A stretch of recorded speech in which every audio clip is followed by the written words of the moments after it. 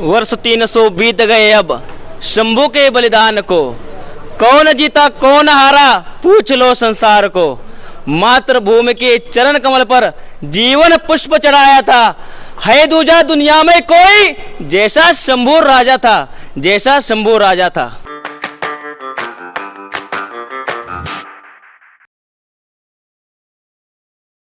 नमस्कार मंडळी, मी चित्रलेखा।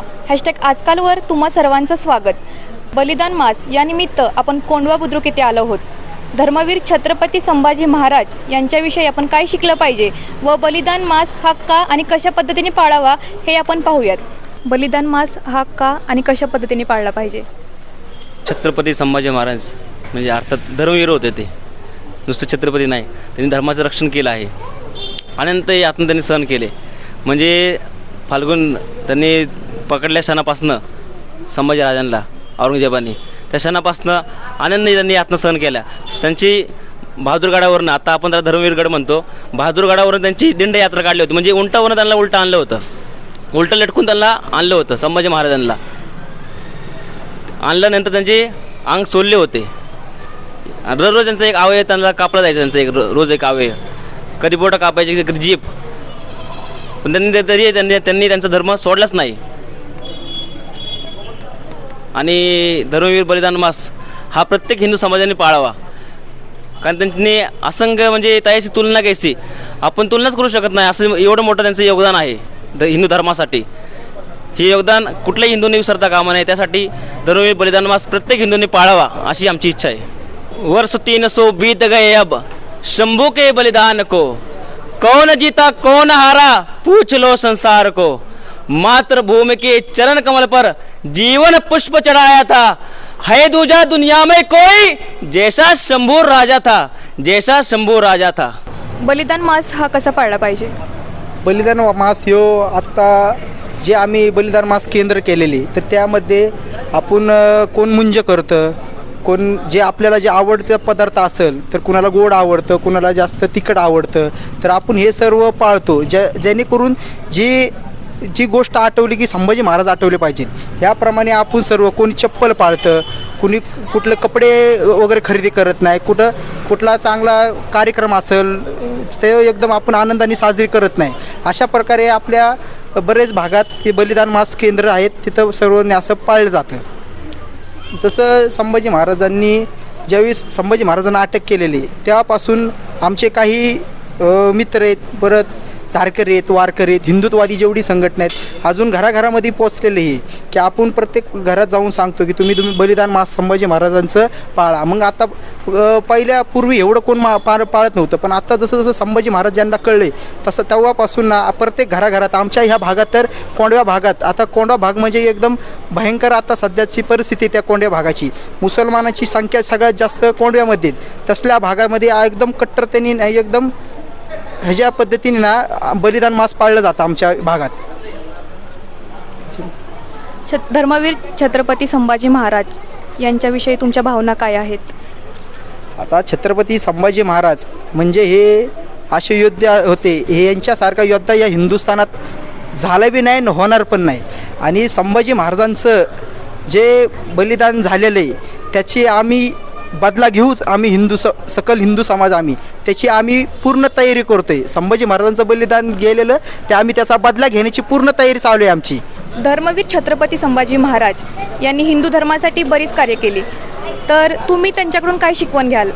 आता धर्मवीर छत्रपती संभाजी महाराज हे उत्तम गोरक्षक पण होते। आता हे समाजाला माहिती नाही, पण आम्ही वाचन करून हे करून त्यांचा इतिहास वाचून त्यांचा आम्ही तो एक भाग घेतला गोरक्षणाचा, आणि अखंड महाराष्ट्रभर आम्ही गोरक्षणाचं कार्य करतो। आता त्या गोरक्षाचं कार्य करताना अजून आम्हाला काही अडचणी येतात गोरक्षणासंदर्भात। ते आम्ही ज्यावेळी संभाजी महाराज होते त्यांना जशी अडचण आली तसेच आम्हाला पण आता काही गोष्टी अडचणी येतात, पण ते आम्ही संभाजी महाराजांचं कार्य आम्ही पार पाडू हे, आणि संभाजी महाराजांचं आम्ही दर्शनही घेतो आणि त्यांच्या कार्याचे आम्ही पुढं नेऊ, हे आम्ही गोरक्षाचं कार्य करून सिद्ध करून दाखवू आम्ही गोरक्षणाचं। बलिदान मास हा का आणि कशा पद्धतीने पाळला पाहिजे। सर्वात अगोदर सर्वांना जय श्रीराम, जय हिंदू राष्ट्र। बलिदान मास पाळण्याचं सर्वात मोठं कारण म्हणजे धर्मवीर छत्रपती संभाजी महाराज असतील, धर्मवीर छत्रपती शिवाजी महाराज असतील, यांनी ह्या भूमीसाठी जे बलिदान दिलेलं आहे हे आपल्या येणाऱ्या पुढच्या पिढीला समजण्यासाठी आपण खऱ्या अर्थाने हे करतो. कारण हा इतिहास जर आपल्या पिढीला जर समजला नाही तर आपली पुढची पिढी तेवढी सक्षम होणार नाही. या कारणासाठी आपण गावागावात असेल, चौकाचौकात असेल, संभाजीराव भिडे गुरुजी ज्यांच्या मार्गदर्शनाखाली हे होतं, त्यांनी तर स्पष्टपणे सांगितलेले की ज्या गावामध्ये सूर्य आणि चंद्र उगवतो त्या गावामध्ये, प्रत्येक गावामध्ये बलिदान मास झालंच पाहिजे. त्याने एक हिंदुत्ववादी विचारांची एक पिढी तयार व्हावी याच्यासाठी आपण बलिदान मास घेत असतो. धर्मवीर छत्रपती संभाजी महाराज यांच्याबद्दल तुम्ही काय शिकवण द्याल आणि त्यांच्याबद्दल तुम्हाला काय वाटतं, तुमच्या भावना काय आहेत? ज्याप्रमाणे प्रत्येक धर्माला आपल्या धर्माविषयी अभिमान असतो, प्रत्येक धर्मामध्ये एक धर्मगुरू असतो की त्यांनी आपल्या धर्मासाठी काय केलेलं आहे, तर धर्मवीर छत्रपती संभाजी महाराजांकडून आपण असं शिकू शकतो की धर्मासाठी, म्हणजे शिवाजी महाराजांकडून जसं आपण शिकतो की जगावे कसे तर छत्रपती शिवाजी महाराजांसारखे आणि मरावे कसे तर धर्मवीर छत्रपती संभाजी महाराजांसारखे. कारण त्यांनी ज्या प्रकारे बलिदान दिलेलं आहे ह्या भूतलावरती तिन्ही लोकांमध्ये, म्हणजे स्वर्गलोक असेल, पाताळलोक असेल, भूलोक असेल, या तिन्ही लोकांमध्ये असं मरण कोणालाही येणार नाही. असं मरण त्यांनी ह्या आपल्या लोकांसाठी, धर्मासाठी दिलेलं आहे. मग ते मरण प्रत्येकाच्या आयुष्यात यावं किंवा त्या प्रकारचं जीवन प्रत्येकाने जगावं, त्यासाठी आपण हे बलिदान मास सुरू करतो. आणि त्याच्याकडून शिकवण अशी मिळते की धर्माभिमान जो म्हणतो आपण, धर्माभिमान कसा असावा. कारण एक छोटंसं उदाहरण द्यायचं म्हणजे की आपण रामायणामध्ये बघितलेलं आहे की बजरंगबली, बऱ्याच वेळेस प्रश्न पडतो की बजरंगबली हे शेंदूर आणि लाल का असतात. तर प्रभू श्रीरामचंद्रांच्या दीर्घ आयुष्यासाठी बजरंगबलींनी शेंदूर लावून घेतला होता. का तर सीतामाता फक्त कपाळाला शेंदूर लावतात तर त्या प्रभू श्रीरामांचं आयुष्य वाढेल. तर तीच म्हण होती की त्याच्यामुळे बजरंगबलींनी स्वतःला पूर्ण शेंदूर लावून घेतला. पण हे चांगल्या कार्यासाठी केलं होतं. पण धर्मवीर छत्रपती संभाजी महाराजांनी अखंड हिंदुस्थानासाठी स्वतःचं शरीर लाल करून घेतलं होतं. तो जो विचाराने प्रेरित होऊन आपण धर्मवीर बलिदान मास पाळलं पाहिजे. येणाऱ्या तरुण पिढींना काय सांगाल याबद्दल? प्रत्येक तरुणाने जो ह्या भूमीमध्ये राहतो, जो या भारत मातेला आपली माता मानतो, हा हिंदू समाजाला आपला मानतो, त्या प्रत्येकाने बलिदान मास पाळलं पाहिजे. प्रत्येकाने धर्माभिमान जपला पाहिजे. येणाऱ्या प्रत्येक संकटाला सामोरं गेलं पाहिजे. आपले आदर्श छत्रपती शिवाजी महाराज आहेत, धर्मवीर छत्रपती संभाजी महाराज आपले आदर्श आहेत. ज्याप्रमाणे प्रभू श्रीरामचंद्र आणि श्रीकृष्ण हे दोनच छत्रपती शिवाजी महाराज आणि संभाजी महाराजांसमोर आदर्श होते.